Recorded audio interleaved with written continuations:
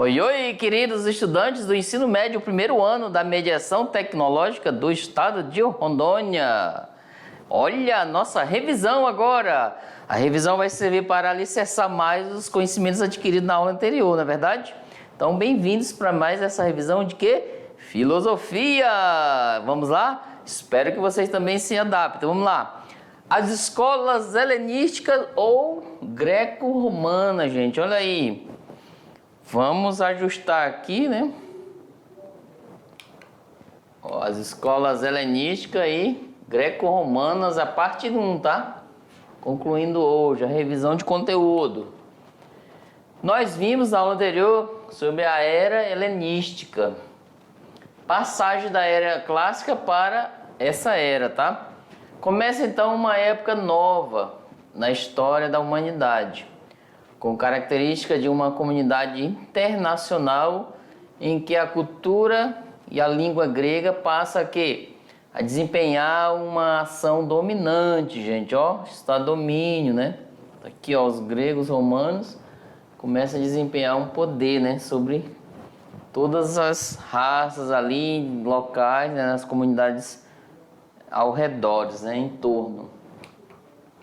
Vimos também que essa ação, a de domínio, ficou conhecida como helenismo, termo que designa, né, um período histórico como a supremacia da cultura grega, ó, supremacia, viu? Teve domínio, né, nos 3 grandes reinos helenísticos, na Macedônia, a Síria e no Egito.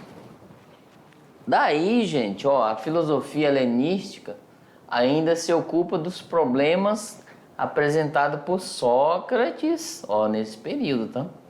Por Platão e por Aristóteles. Esses são os clássicos, ó. Vamos supor dizer assim, filosofia clássica, né? Eles desejavam estabelecer como é que o homem deve viver e morrer da melhor forma. Então, viver ético, né? Ou feliz e morrer feliz. Nesse ponto aqui, ó, a ética foi colocada na ordem do dia, tá? Para buscar a felicidade. Tornou-se então o projeto filosófico mais importante da nova comunidade internacional, porque até então eles pensavam mais na questão da física, da natureza. Vimos também que lá pelo ano 300 a.C., um filósofo chamado Epicuro fundou em Atenas uma escola Então, o fundador de quê? Daí desenvolveu a ética do prazer, gente. Aristipo, né? E combinou-a com a teoria atomista de Demócrito. Epicurismo, aí surgiu isso aqui, ó. O epicurismo, tá? Ó, o Epicuro criou o epicurismo, porque vem de Epicuro, né? Por isso que tem essa corrente a partir do nome dele.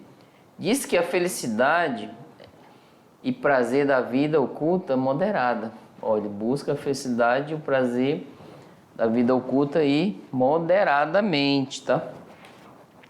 Nós vimos também, gente, nesse ponto, que os epicuristas, como vimos, Sócrates queria descobrir como é que o homem pode viver uma vida feliz, né? A pergunta, como?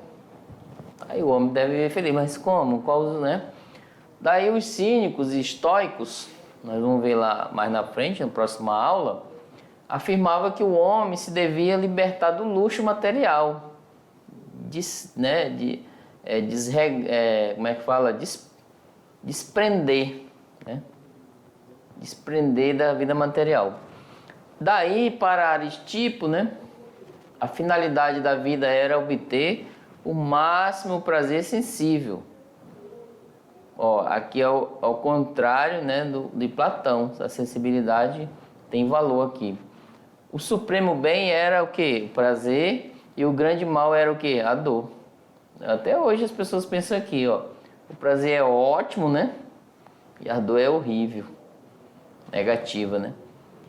Por isso, queria desenvolver uma arte de viver que evitasse todas essas dores. Olha aqui, ó. Os cínicos, né, os epicuristas, queriam fazer isso, né? Nesse ponto. Tá aí a nossa revisão para vocês agora se apreciar, se aprofundar na atividade de sala. 4 perguntinhas para vocês fazerem, tá? Então daqui a pouco a gente volta. Boa atividade. Tchau, tchau.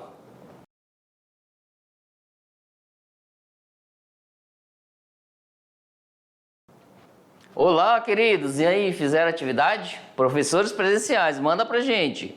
O professor Hélio tá aqui. O professor Luciano tá lá no chat, só aguardando vocês mandarem a mensagem e as dúvidas, ok? E aí, conseguiram responder as 4 perguntas?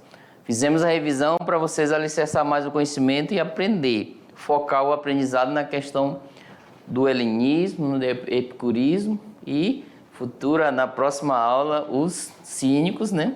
E os estoicos. E aí, conseguiram? Qual a primeira pergunta? Vamos lá, olha aí. Tirando dúvidas, se tiver, vamos lá. E agora?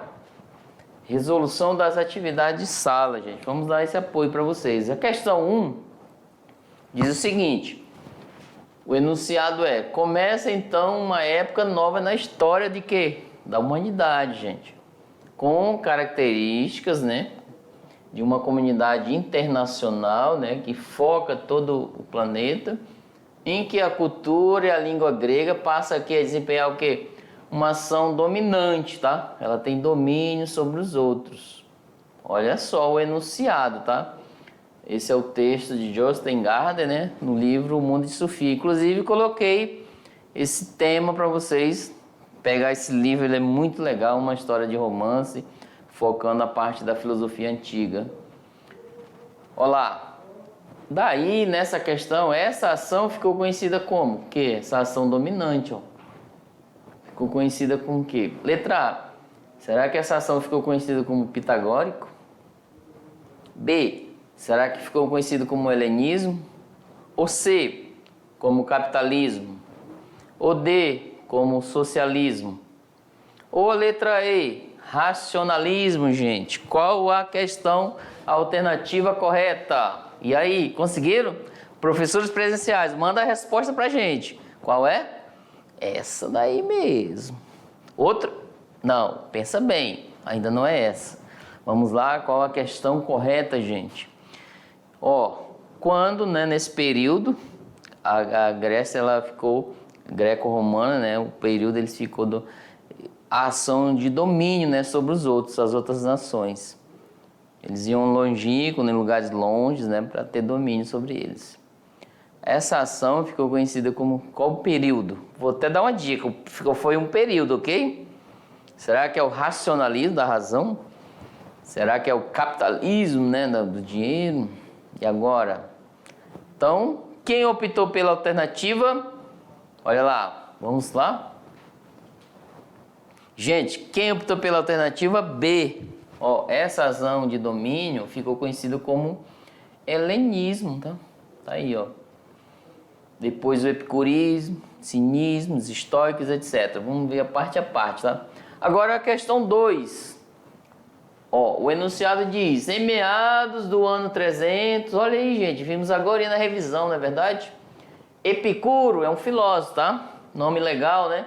Fundou em Atenas uma escola de filosofia. Olha, ele fundou uma escola, que ótimo.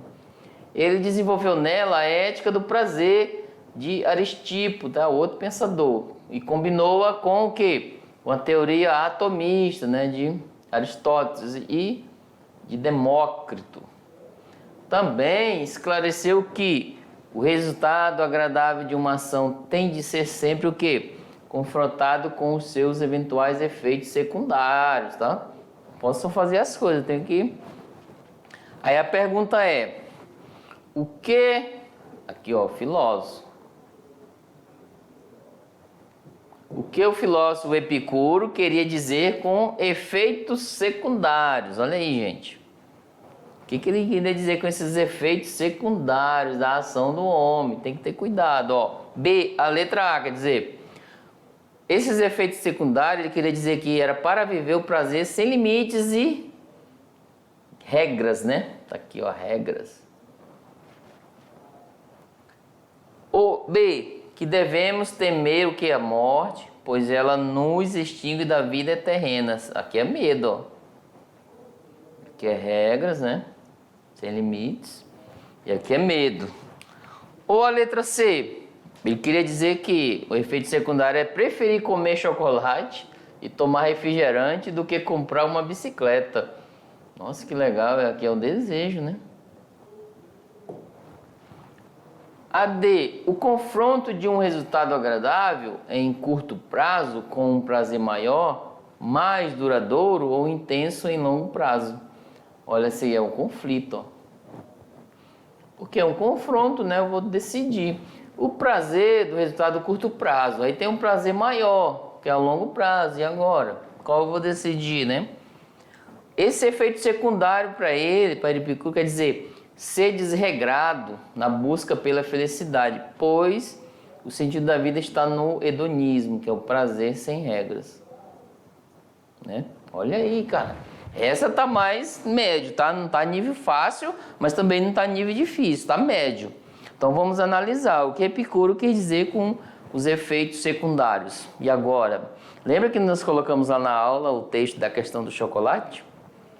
Você querer... O chocolate é um prazer curto, né? Mas aí eu quero comprar uma bicicleta ou um celular, que é um prazer mais duradouro, porque eu vou usar o celular mais de um ano, não é verdade? E o chocolate não, eu vou comer ele ali rápido e o prazer vai ser momentâneo. E a bicicleta não, eu vou pedalar muitos anos com ela.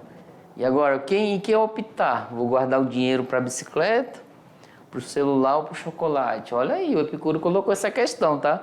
Para a gente analisar. É um exemplo. Claro que o Epicuro não falou naquela época do chocolate, né? Mas trazemos essa ideia, esse exemplo para a gente ter essa análise, tá?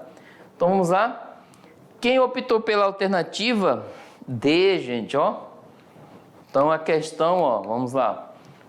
O que o filósofo Epicuro queria dizer com efeito secundário, gente, ó?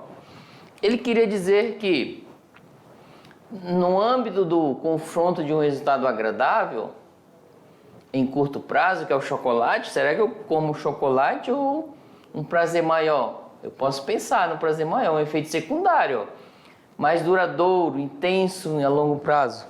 No caso, eu coloquei o exemplo da bicicleta. Agora, em que eu vou optar? Bicicleta? Então, o efeito secundário é esse confronto. Eu tenho que decidir, tá? Ser livre para isso. Ou vou juntar dinheiro para minha faculdade, ou vou pegar esse dinheiro e vou gastar com os amigos. Ó, decisão, tá? Gastar com os amigos é um efeito... Claro que você não está impedido de fazer isso, né? Você é livre para isso, mas tem que decidir o que é bom para você e daqueles que estão em sua volta. Próxima questão, vamos lá? Se liga no Enem, olha aí. Vamos se ligar, tá? Ó, liga. É uma parte do Enem, questões do Enem para você se familiarizar com ele. Por que primeiro ano? Pois vai lá, dando os passos. Primeiro, segundo e chega no terceirão, já tem muita habilidade para trabalhar as questões do Enem, tá? Inclusive filosofia e outras disciplinas com os professores, né? Os componentes. Então vamos lá para a nossa questão do Enem, olha aí, qual é? Gente, essa caiu, desculpa aqui, não é esse ano, tá? Tá muito adiantado, perdão. Essa não é, ok? Alguns dos desejos são naturais e que necessários, outros naturais e não necessários. Veja bem como é parecida com o anterior. Alguns dos desejos são naturais e necessários, gente, porque é natural você ter desejo, né? Outros naturais e não necessários. Outros nem naturais nem necessários. Ó, os desejos, tá? Tá aqui, ó. Mas nascidos de vã opinião, ou seja, são uma opinião vã. Os desejos que não nos trazem dor, se não satisfeitos, não são necessários, tá? Então, eles são opinião vazia, né? Mas o seu impulso pode ser facilmente desfeito. Quando é difícil obter sua satisfação, ou parecem geradores de dano, olha aí, gente. Às vezes um efeito, né, pode gerar algum dano. Então, na casa é a decisão que eu tomo, né? O meu desejo, por isso, etc. Ó, o texto de Epicuro de Samos, Doutrinas Principais. Nesse fragmento da obra filosófica de Epicuro, o homem tem como fim, ó, o fim é o seu a escatologia, tá? O seu final. A finalidade, tá? Alcançar o prazer moderado e a felicidade, será que é A? Ou B? Valorizar os deveres e as obrigações sociais? Ou C? Aceitar o sofrimento e o rigorismo da vida com resignação? Será que vem sofrimento eu tenho que aceitar? Ou D? Refletir sobre os valores e as normas dadas pela divindade, por Deus, no caso aqui, ó. Será que o Epicuro ensinava isso? Ou defender a indiferença e a impossibilidade de quê? De se atingir o saber. Qual a questão correta aí? Vocês optaram por qual? Uma questão bem legal, né, do Enem, que vocês vão analisar sobre a vida, pensamento de Epicuro. Então vamos lá, qual é a alternativa correta? Professores presenciais, vamos lá, manda a resposta. Vamos comparar agora a resposta desse momento. Olha lá. Gente, é letra A, olha aí, ó. Muito legal, né? Epicuro, com o pensamento dele, alcançar o prazer moderado. Gente, nada de vida desregrada. O prazer moderado, o quê? E a felicidade, não é mesmo? Agora vamos para a questão número 4, olha aí. Descreva sobre uma das heranças deixadas por quem? Pelo helenismo, né? Você vai descrever, ó, ou escrever. O que é herança, hein? Herança é algo que ficou, né? O que ficou do helenismo, gente? Escreva uma das, só uma, tá? E agora, o que é o helenismo? Nós falamos um pouco do helenismo, né? Teve domínio, aí veio a corrente filosófica do epicurismo, né? O prazer moderado, a felicidade, e também teve outras linhas do prazer desregrado, etc. Qual a herança, né, que ele deixou? Gente, a gente vai fazer essa análise porque essa herança vem até hoje, lá no momento contemporâneo, hoje na atualidade. E essa influência também está no meu meio, né? Eu vejo isso, eu percebo. Vocês também aí, enquanto estudante, depois enquanto professores ou sua profissão escolhida, vocês terão essa percepção. Olha, a filosofia é legal porque ela te dá um ponto, né? O ponto, né? Um ponto de continuação da fala de uma pessoa ou de uma atitude, de um comportamento. Quando a pessoa está tendo uma certa atitude dentro da sociedade, você pensa, olha, aquele cara ele está sendo helenístico, está sendo epicurista, né? Epicurismo, está sendo racionalista, está sendo empirista. Então as correntes servem para isso. Você na filosofia você vai dar um ponto, né? Ponto de exclamação lá no meio daquela fala do comportamento da pessoa. Vamos lá para a nossa resposta, Lei. Descreva uma das heranças deixadas pelo helenismo hoje, né? Até hoje, isso. Ó, no nosso tempo, vemos que uma mistura de religião, filosofia e ciências antigas e novas pode constituir o quê? A base para novas ofertas no mercado das concepções do mundo. Então tá aí, ó, né? Então, a concepção que vimos dentro do helenismo, essa mistura, porque o helenismo ele misturava a questão da religião, tá? Várias religiões, etc.